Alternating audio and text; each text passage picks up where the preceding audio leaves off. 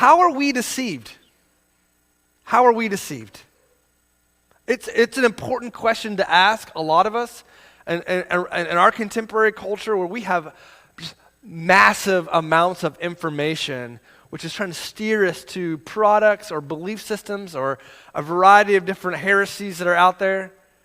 It's a crazy world when we live, that you have access to all kinds of information that would and is trying to sell you on a lot of different things. If you've ever been deceived, it's frustrating. It's a little, it's hard to kind of get your footing, having been completely tricked on some topic or some issue to come up to the realization, man, I was completely fooled. Now I don't know what to believe anymore. Between services, somebody was getting into the baseball, the world, and I am always a lackey for baseball. Clayton Kershaw, you guys know who this is, right? Pitcher for the Dodgers, probably the greatest pitcher of all time. Sorry, it's my belief. But the man has a reputation for getting rocked in the World Series, right? Come to find out, people have been stealing his signals. Go on. And Clayton Kershaw, when they asked him about it, he says, in a very dejected Clayton Kershaw way that we can only truly appreciate, I don't know what to believe anymore. And I know that we have felt that way about a lot of things in our life, right? That we saw something that we thought was real, but it wasn't, and we don't even know what to believe anymore. The greatest deception that I've ever been a part of, no, it's not true, but one time I got sold a car by a fine salesman. He should have taken a picture of me with the car and put it in a plaque above his a trophy of Salesman of the Year, because how that happened, I have no idea. But basically, I had a car situation where I was driving a death trap on wheels. It was an old Mercury Cougar, if you remember correctly, and those things, you shut the door and like the seatbelt would come up. You're supposed to be real fancy. It was not. Nothing worked. I basically drove without a seatbelt. Engine smoked because I cracked a head gasket and I tried to fix it myself. The brakes were off and on, and it was a little bit inconsistent. So I had some mechanisms that I would put the car in neutral and power slide it if I needed. That's not true, but I had the parking brake. It was all kinds of. It was quite a deal. So I needed to get rid of that car. I was a little desperate, didn't have a lot of money, and this man sold me, a kid from Oklahoma. He sold me a 3-door hatchback Chevy Metro. Like it was an enclosed motorcycle, and I'm driving down the interstate from Dallas to Fort Worth and thinking like, how did this happen? I don't even know how this happened. And I have payments. He sold me something I have payments for. Why am I paying for this? He should be paying me to take this. Anyway, I felt deceived. And ever since then, I have buyer's remorse on just about everything I buy, right? I'm just like, oh my gosh. But the world that we know, right, is attempting to sell us things, and we don't even realize what it's trying to sell us all the time. Did you know that you are actually a commodity, not just merely, they're not trying to just sell you things, but you are actually being sold to companies all around the world? Did you know this? I don't want to get all conspiracy theory on you. But it's a known fact that a lot of these corporations and companies, they gather information based on your purchase patterns and techniques and the things that you tweet on social media or write on Facebook, and they know like when you're kind of down the dumps and what time of day and what kind of seasons in life, and they know when you're awake. They know they're kind of like a weird Santa Claus, and they know how you're feeling and when what hour of the night that you're going to purchase things. It's crazy, right? And they sell this information and data, and they clump it together and they sell it to companies, and they're able to mine data on you. And then they click advertisements. Have you ever had a conversation one time? I mean, it wasn't just recently. My wife and I were talking about visiting. We're headed to Japan, right? Shortly, and we're talking about going skiing in Japan. We were talking about it in the car, right? And I get to the office, pull up my phone, and there's like an advertisement for a hotel on Facebook for Japan. Freaked me out. I just started like panicking. Again, conspiracies galore. But that thing happens, right? You've seen this. You just don't, like, how are they, like, I didn't even say that out loud. That's when it gets really scary. They know you more than you know you, all right? And that's the thing. It's crazy. And it's not just merely that they're listening to your conversations. Like, they've studied you, and they're selling you something. So we live in this world, right, where ideas and how we're sold things are constantly portrayed to us. And so we look at how are we deceived. It's not that we're just presented rational facts against facts, and then we are able to make a choice. If you notice, even advertisements in the world now aren't like, this product is more superior to this product, and here's why. It always is digging at your fears and your anxieties and your aspirations. Car commercials, half the time you're like, wait, what are they even trying to sell me? I don't even know what's going on. It's this idea of this image of the good life they're trying to sell you all the time. It's different. Things have changed. And so our longings and our feelings and our emotions are what actually lead us rather than our rational opinion more often than not.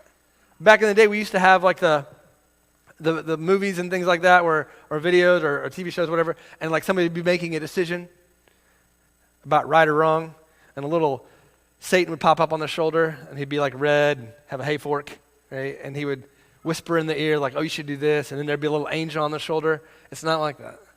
Oh, I'm now making rational decisions based on that we have deep longings, wants, and aspirations that are sometimes lodged places we don't really even know, and they're being played and pulled, and it's no different even in our own theological lives. That God, having presented us the gospel, having responded to the truth, have called us, we are being constantly led astray. If you want to read a real positive, heartwarming book called Bad Religion, it basically calls the United States a nation of heretics because we have been so led away from the truth of the gospel. Another a good resource that I was just kind of flipping through is there's a new book called The Gospel According to Satan. And it basically talks about the lies that Satan wants us to believe. And this really hard look at our own propensity to follow things that aren't true. We're very easily deceived whether we know it or not. And a lot of it comes into our own justifications. Because just as soon as I bought that car, right, and was horrifyingly embarrassed, and when I pulled it up to my work at seminary and everybody was laughing at me, I came up with all these reasons, right, why I suddenly needed to buy this car. You know, I was concerned about the environment now, and I needed to save gas. I didn't need a big vehicle. And I remember telling my dad that, and he just looked at me like, what is wrong with you? Why don't you call me? I don't know. We automatically begin to justify our bad decisions. And when we begin to justify our bad decisions, and it leads us even further away from the truth. If you just look at the case study for maybe like an affair, people are like, I don't know how I ended up here. It wasn't that he just made a series of rational decisions based on the facts. Like Satan just doesn't come to you and it's like, okay, here's your options. Be faithful to your spouse. And, A, B, C, and D. Follow me and have an affair. You could potentially not see your kids anymore. Or, your legacy will be tarnished forever. And you could lose your job and your grandkids will think less of you. And all these other things, right? It doesn't present that case. If he did, we'd be like, oh, well, that doesn't make sense. No, be faithful to God and to my wife. I don't get presented facts like that. I get led by my emotions, my thoughts that justify me and lead me away incrementally. And we end up in places where we don't know how we ended up there. We are deceived incrementally to a trajectory of being completely and utterly lost. So when he asks the Galatians, how are you deceived? He is referencing this kind of idea that really Satan is behind. He's the father of lies. And he is pulling us and trying to deceive us in a variety of different ways. And he's not doing it by presenting us rational facts. He's not doing it by laying out a case for his way of life. We are following what we want.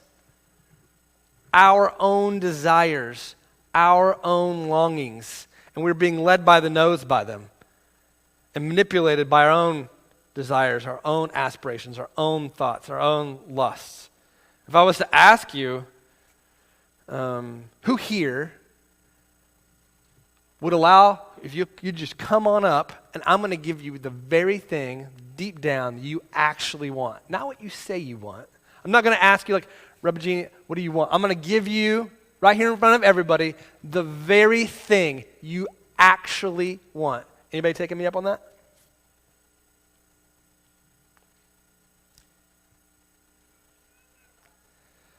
If you do, I want you to think again.